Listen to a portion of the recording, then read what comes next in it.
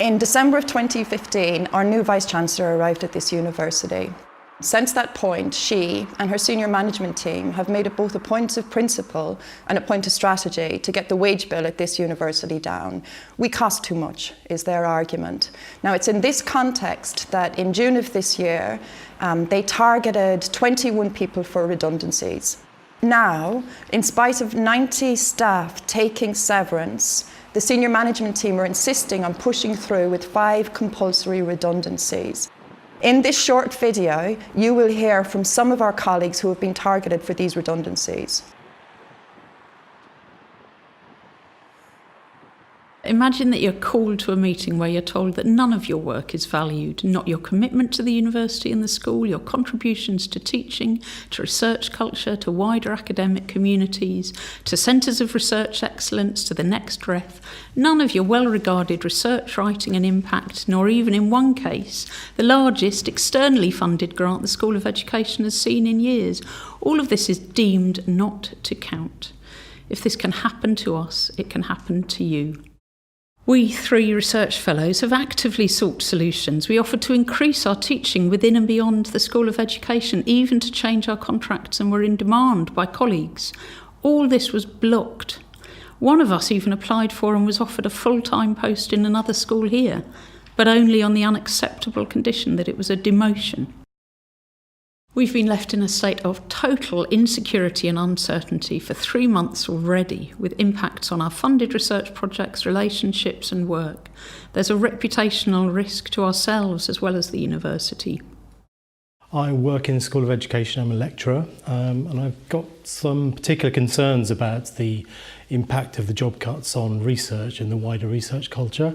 It's really simple. If we didn't have research fellows with the capacity to focus on that, I don't know how, with our kind of heavy workloads and our heavy teaching loads, we'd be able to kind of provide those extras that actually sort of take our research and our teaching out to the wider community. It's what makes a higher education teacher training, or education as I'd rather call it, distinct and unique.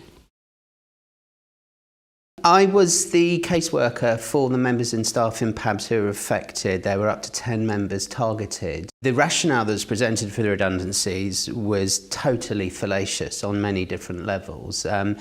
And it did seem to be that they were making it up as they went along. They presented this rationale that the research staff on research contracts were not paying their way because they weren't bringing in teaching income. And the point that was made right from the very start quite forcefully that that kind of logic in a university is nonsense. It's a similar logic to say that libraries and senior members of staff who don't teach should be closed and sacked because they're not contributing towards teaching income.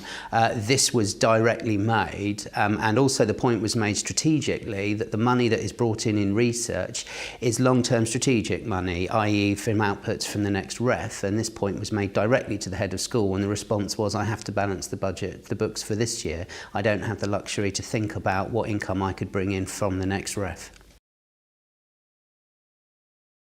We were basically catering for all the schools in University of Brighton, and we were offering German, Spanish and French.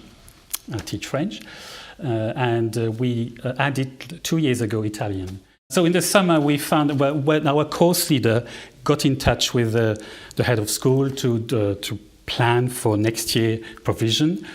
And basically she found out at that time that the provision were very likely was not going to run. That was back in the end of May, beginning of June, when you start planning for the next term.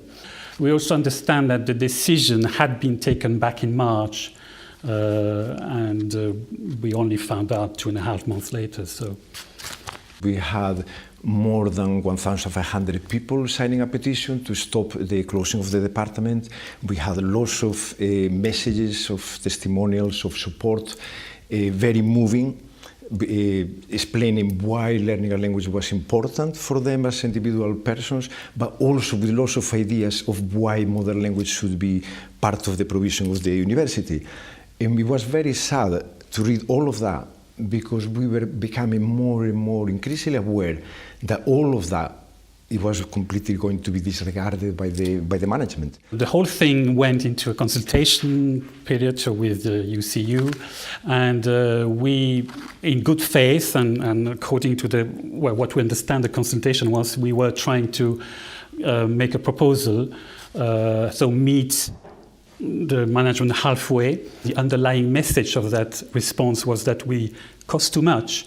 And to quote what they say, what has been said, the University of Brighton staff being at a higher grading than most competitors. So that's the end of the provision for languages.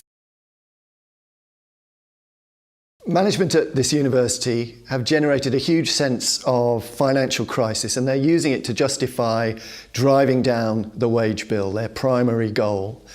And the job losses, the job cuts that we're facing are obviously a massive part of that. The ridiculous thing about this is how short-termist it is. And even they agree. The Director of Finance told us that there was no long-term strategy involved in this, that this was about saving money as quickly as possible this year. And so any thought about the future direction of the university, where it needs to be positioned for the future, the reputation of the university, actually has gone out of the window for the sake of short-term cuts and increasing the size of the university's surplus, which is the profit that it makes every year. Now, the crazy thing is that this university does make a profit every year. It's just that they say it's not big enough, and they say that the banks are telling them that it's not big enough. And why are the banks saying that? Because the university is borrowing huge sums of money from the banks in order to fund its estate development plans, particularly the new developments at Moulscombe.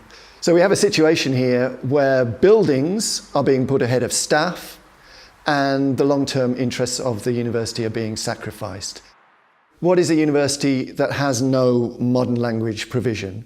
What is a university that scales back its research and has very few dedicated researchers? So the consequence of all this is a huge shrinkage of staff that's taken place over the summer. Large numbers of people taking so-called voluntary severance, and yet the university is still insisting that 5 people have to be made compulsorily redundant. And that's not something that we can accept. If we don't make a stand against this, the job shrinkage will continue, the redundancies will be repeated next year and into the future. We've been here before. We fought a successful dispute earlier this year, which was partly about defending 3 colleagues at Grand Parade who were threatened with compulsory redundancy. So we're in a strong position to fight this, and we have no choice, because we have here a management that's determined to slim down the university, to drive the wage costs down, and never mind the consequences. We have to stand up not only for our colleagues under threat at the moment, but for the jobs of all of us into the future, and actually, to be honest, the future reputation of this university, which is not safe in the hands of this senior management.